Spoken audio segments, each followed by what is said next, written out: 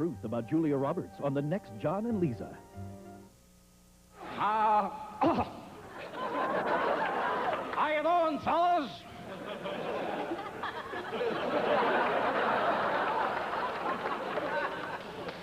You want to save my soul? Okie doke. Thanks again for staying up later. From Los Angeles, we're with Kevin Pollak. You may know him from his film work in A Few Good Men and Avalon, among other pictures, or his stand-up stuff on The Tonight Show, Letterman, whatever. Did you start as an impressionist? Is that the first time you got laughs doing impressions? Yeah.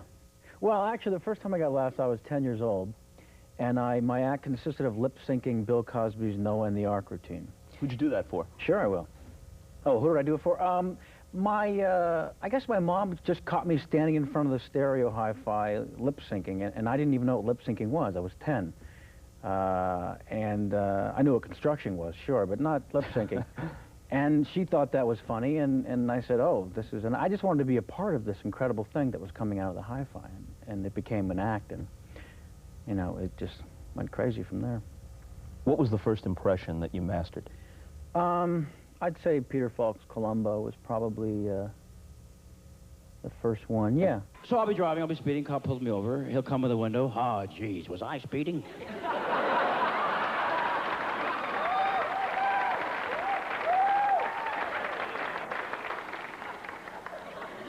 I had no idea. I guess I was looking at the odometer. Jesus, what a putz. Carson loved that, right? Well, that was yeah. Carson's favorite thing. Well, because he did Peter Falk before, and I knew that, and so when I went on the show the first time with him, I did the impression, and he loved it and fell out, and then the next time on, I taught him how to do the eye, just moving one eye. And then every time I did the show after that, as I walked past him during the introduction to sit down, shaking his hand with my back to the audience, he would give me a little bit of the eye right there on the spot. So then I had this inside joke with Johnny Carson, which was pretty incredible. Can an impression work and get laughs if it's simply accurate, or do you have to kick it up to caricature? If the characters out of their mind are over the top themselves, like Dudley Moore's Arthur, you know, it's just infectious, people start laughing. There's nothing you have to do. That's not a joke, and yet you just find yourself getting involved. Or William Shatner, where you have someone who's the king of overacting for no apparent reason, and you just get caught up in his rhythms and his timing. He pauses for no apparent reason. Give the application, he's got the balls to say, I'm not sure you're KFC material, young man. I hit him with the only weapon I had at the time, which was William Shatner. But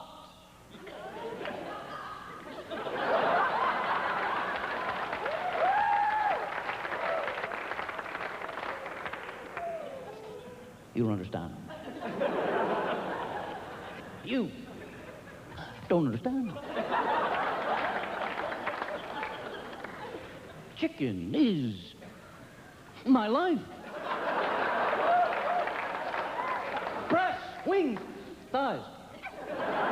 What happens when you get a guy who bursts on the scene and almost begs to be done, but you also know that everybody who has a knack for impressions is going to do that person? What happens to me, Dana, or when yeah. Clinton comes out of nowhere and suddenly becomes the biggest figure. Dana Carvey and I came out of the San Francisco stand-up comedy gene pool of the late 70s and have remained close friends. And so on the phone, we nailed Perot on the same phone call. And I said, well, this isn't fair. You get to go to Saturday Night Live and become famous for doing this. And I sit in my kitchen. All right, see, here's the thing. I want steak and eggs. See, it's just that simple. I loved his analogies that meant nothing. All right, see, here's the thing. The economy is like peanut butter. See, right. If you feed it to a horse and he chews on it, it'll look like he's talking. You see, but that sort of inscrutable stuff strikes some people as wisdom. They figure it's like a country, you know, saying that has some wisdom behind it. Yeah, 20%, actually. That's all you need. That's true. That's all you need to screw up an election, right there, 20%. It's absolutely true. Clinton was more difficult because I had to get him, but I kept hearing Jimmy Carter in my head, which we all know. is painful and frightening. But because they both have that high Southern voice, real high, real Southern, it wasn't quite there, and it was really taking me off. And one day what happened was I added Elvis Presley. And when I had Elvis Presley, I realized we'd do every king in the White House, and I was excited. I'm not sure what the hell this is, but it works for me. You know what I thought was the single greatest impression I had ever seen? And it involved makeup and wardrobe and everything else, but the most chillingly accurate thing I have ever seen. Harry Shearer doing Mr. Blackwell on Saturday Night Live. Brilliant. I mean, you talk about in the bullseye, if you had just gotten up and you were groggy, you would think it was Mr. Blackwell. Yeah, yeah. No, that was brilliant. I like Harry, I like to go with the lesser-known esoteric sort of subtle things. Alan Arkin is a new favorite of mine, and I've had some fun doing him. I did a movie with him called Indian Summer, and I got to know him, and actually went up and introduced myself to him on the very first meeting during rehearsal as Peter Falk, because of The In-Laws, one of my favorite movies of all time. Right. So I went up to him, Alan, you look fabulous. Have you been working out? Maybe a juice fast, something. Oh, my God, that's unbelievable. I can't believe how good that is. Wait a second, hold on a second. Somebody told me to do me. Is that right? I said, I can't do you. How do I do you? He said, is that me? What am I, a nasal monotone? Well, I said, the shoe fits, you got to wear. So I did him throughout the whole movie. 6 months later, I'm sitting home, and I turn on Larry King Live on CNN, and he's interviewing Alan Arkin for Cooperstown, this movie that Alan had done.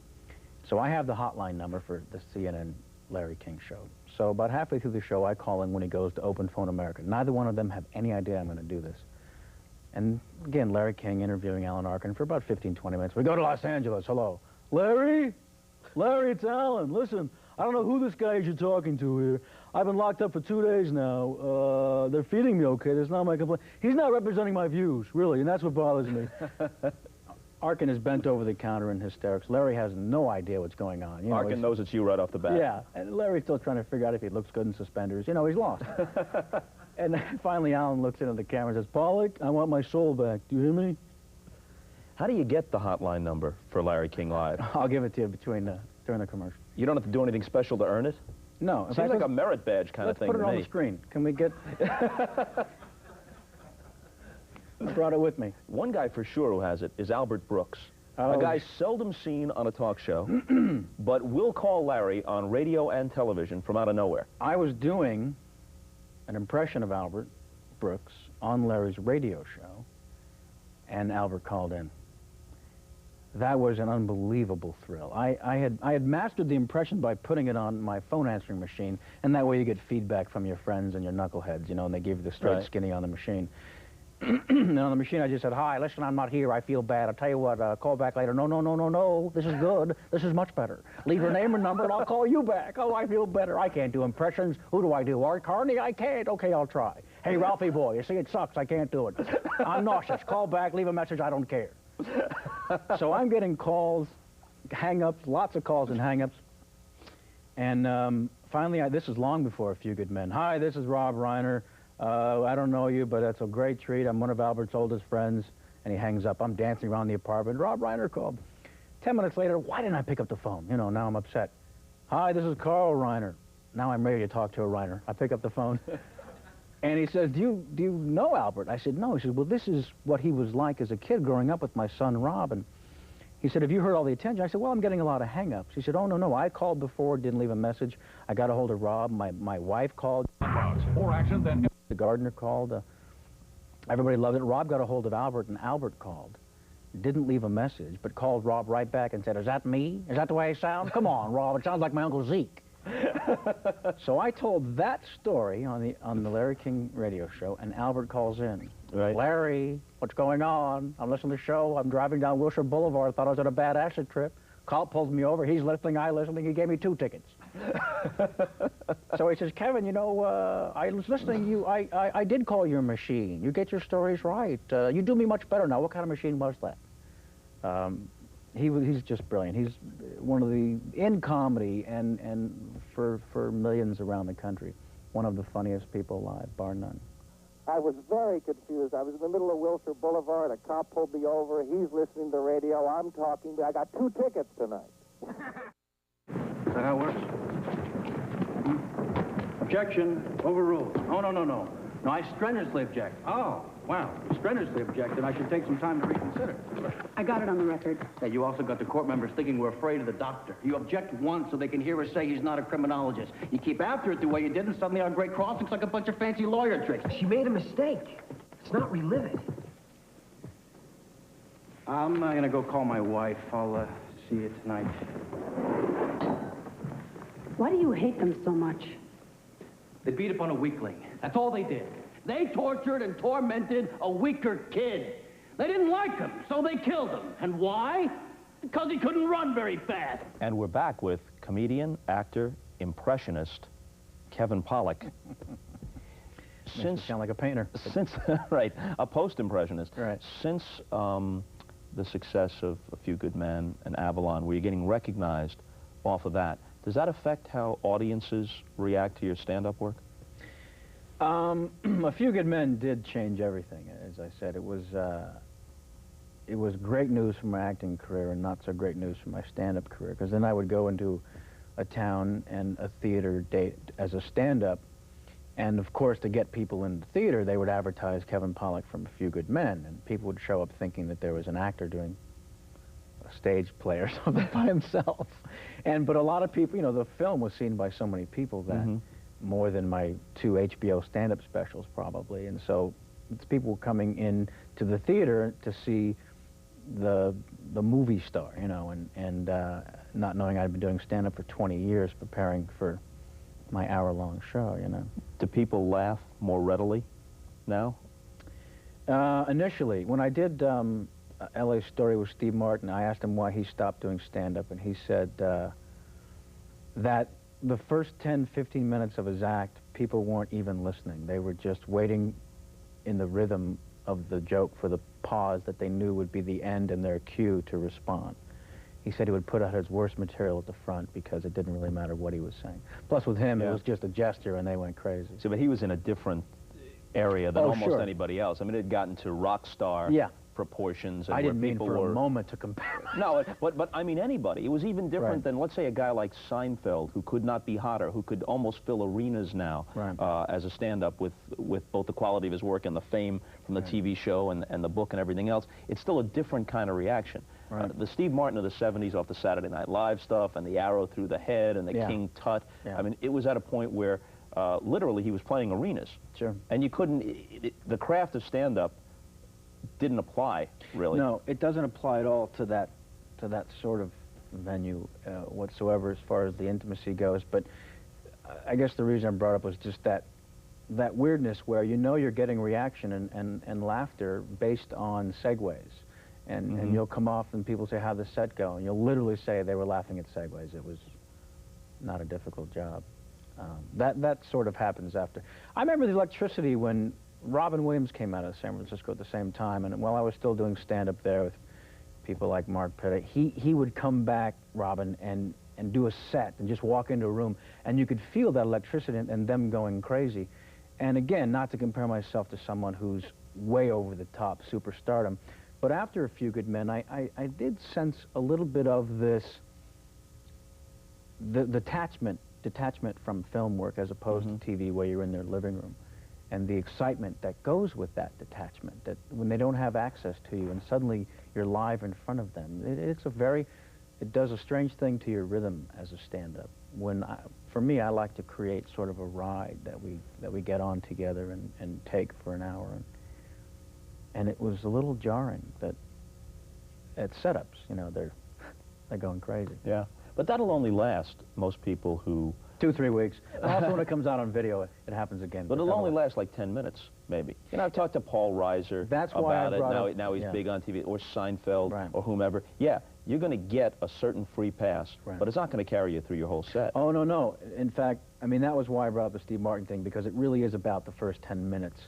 And I can't wait to get over it and get through it. And I almost seem like I want to prove myself even more. Hey, I really do deserve what you're allegedly giving me. No little cinnamon gum freshens breath longer than Big Red. So kiss a little longer, hug a little longer, stay close a little longer with Big Red. That Big Red freshness lasts right through it. Your breath goes on and on. While you chew and say goodbye a little longer, make it last a little longer. Give your breath long-lasting freshness with Big Red. Everybody needs some money sometime. Everybody needs some cash somehow. Hello? Rita. It's midnight. I need $500. Now. I'll call Western Union. Just call 1-800-CALL-CASH, and you can send money from home. Sometimes it's now. Western Union. Oh, yeah. The fastest way to send money. Think it's time for a new car, Vern, and I bet Cerritos Auto Square has it, because they're the world's largest. 21 dealers side by side with thousands of makes and models and them good buddy prices. None of them fast-talking lollipops trying to work you out of a deal. We're talking Cerritos Auto Square, just real good deals from real human beings. You know, Vern, when that electricity comes out of that wire, it'll sure turn on you. Cerritos Auto Square, now 23 dealers strong. Get ready, because we're going to turn you on to the biggest, brightest idea in sporting goods today, Sport Mart, with more sports equipment, apparel, and athletic shoes than you've probably ever seen in one place before. Work out in style in Gildamark's breathables fitness wear and fashion prints and solids to mix and match, all from the training room at Sport Mart. If you find Gildamark's for less anywhere else, we'll give you double the difference back. We're inviting you to come see for yourself. You'll find what you're looking for at Sport Mart. You were on the dais, actually one of the roasters at the now infamous Whoopi Goldberg roast, at which Ted Danson came out in blackface, and the stuff really hit the fan. Right. What were your thoughts on that? How do you replace Montel Williams? It's all I was thinking. How many sleepless nights go on and on and on and on for the Friars, for the members of the club? What do we do now? What do we do now? We lost him, you know. So you were there that day? Yeah, I was there. What were your thoughts about this? Well, you have to understand that I've been sort of inundated with all of the interest and concern and the scandal. This is an 89-year tradition. Whether the tradition itself is apropos in today's politically correct society is worth debating. What goes on inside those hallowed walls is not worth debating. It's a tradition. It has nothing to do with any bearing on what people think of each other, or oppression, or I think there's so much tension. The last thing we need is to turn up the heat. So any way to avoid it is probably a smart play. The smart play for Montel, in my humbled opinion, was to get up and leave and say nothing to no one. But by going public, he turns up the heat much more so than anything that happened in that room. As right or wrong as it was, making an issue out of it is what creates more tension. Again, the tradition is so old that I don't know if it's apropos anymore. I really don't. Now, Ted Danson coming out in blackface aside, these things are always as vile can be. It's the rule. You see. I mean, it's shocking even for people who think they are used to this sort of thing. Right, it's the rule. It literally is the rule. If you want to participate. Now, I didn't go that route. I gave Whoopi grief about when I was talking about her uncompromising artistic integrity. Yeah, sure she did. Jumpin' Jack Flash and Fatal Beauty, but hey, we all make mistakes. But that uncompromising artistic integrity led her, while filming Sister Act, the subtle non-gimmick comedy for Disney, lashed out at the Disney people saying that she felt like a slave. So I just gave her grief about that, you know, saying, oh, really, a slave, Whoopi? Really? What type of slave would that be exactly? The type that picks cotton 18 hours a day and gets whipped for complaining, or the type that gets paid millions of dollars to gargle Evian in a super deluxe double-wide trailer and by complaining gets her salary tripled? And then I said that she also said she wouldn't be working for that studio again. I was quoting her and then reminding everyone that she just completed working on Sister Act 2 for $7 million and then made a toast to the highest paid slave in history. You think it was ill-advised? I mean, obviously no one thinks that Ted Danson is a racist because of this, but a lot of people think, and perhaps with justification, that he did a dumb and inappropriate thing that could not possibly help but be misinterpreted. And so if you're going to criticize Montel Williams for turning up the heat, didn't Danson blunder into an area where the heat was first ignited? The only reason that I'm in defense in any way of what goes on inside the walls of this private affair is because it was never meant to be public.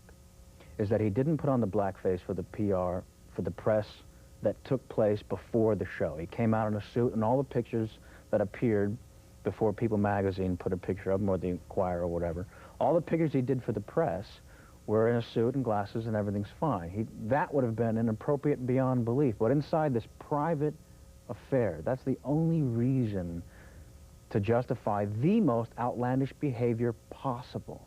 How can I be the most outlandish and rude and disgusting? It's a tradition. Whether it's apropos or not, again, that is well worth debating.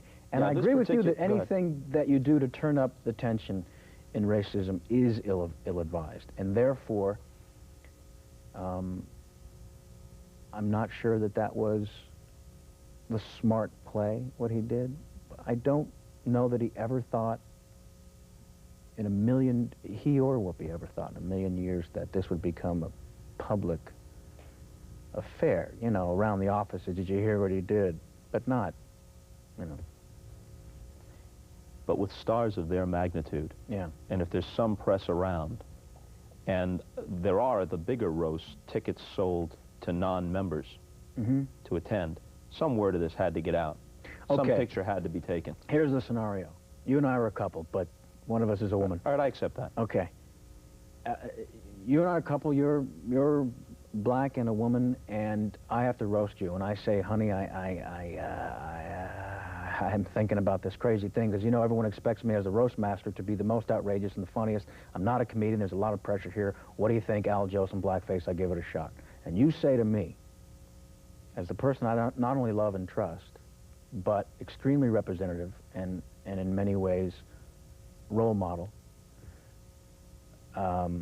It's okay with me. Go ahead. Not only do I think it's funny, I think it could bring the house down, and I'll help you write some of the material. I don't know. I think it might be a bad idea. I think we might... No, go ahead and do it. I think we might ruffle some feathers. I think I might get some heat from it, but hey, I feel you're going to live your life in constant fear of that. Go ahead. We're here to have a good time. Go ahead and do it.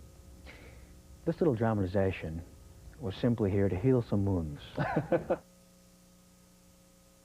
Big news from Chunky. Chunky introduces potato ham chowder, an unbelievably unique combination of enormously enticing tastes, marvelously mouth-watering potatoes, a veritable volume of our best-tasting ham, all in a beautiful blend of creamy broth. Chunks big enough for a fork, but use a big spoon to get every wholesome bite of this distinctively delicious soup. Chunky old-fashioned potato ham chowder. Soup so big, it eats like a meal. The gloves are coming off. People are fighting greasy pots and pans with Ivory Clear. Compared to those other tough grease cutters, Ivory is easier on hands, yet tough on grease. Ivory's targeted grease cleaners attack the grease on your dishes, but not the natural oils in your skin. Fight grease with your bare hands with Ivory Clear. Do you have a problem with cat box odor? No, I don't. Huh? Well, evidently you need Scoop Fresh scoopable litter from Fresh Step. It freshens even when you're not scooping. Yeah, why just scoop when you can scoop fresh? Get into Christmas trimming. Get a treadmill from Sears. This Lifestyler is $399.99. Goes from 0 to 8 miles per hour. And with our great selection, more people get treadmills from Sears than any other store. Sears, your home for the holidays. Rick, are you sure we're in the right place here? Of course, no problem. Okay, the script says we're supposed to talk about our annual Toys for Tots drive. Right, this weekend at Six Flags Magic Mountain. Correct. We're here to remind all our friends to bring a new unwrapped toy valued at $10 or more for free admission. Right, Rick, but take a look around. I think we're in the wrong place. No. The Marines will be here to collect the toys. Toys for Tots is a wonderful campaign, but Rick, I really think we're in the wrong place. No problem, Colleen. This is my favorite ride. Now, please. Come on. Hey! Time to say goodnight to the actor-comic who most resembles famed sportscaster Al Michaels It's Kevin Pollak, kids. And what's upcoming, Kevin, before we get out of here? Wayne's World 2, December. Grumpy Old Men in February with Jack Lemmon and Walter Matthau and Ann Margaret and Daryl Hannah. I had a lot of fun doing that. Can you do impressions of all those people? Matthau and Lemmon, I'm sure, right? Yes. Yeah. Well, Matthau taught me to do him better. From The Odd Couple, I would say, now it's garbage. And he'd say, lose the R. It's garbage. Yeah. It's very helpful then. Absolutely. How about Lemmon? Lemmon, they couldn't do it. No, I can't. Well, I can teach you to do Reverend Jim as we go out. Could you? Yeah. Go like this. What's the key? That was awful, wasn't it? It was great. It was brilliant. Stunk, and see you later.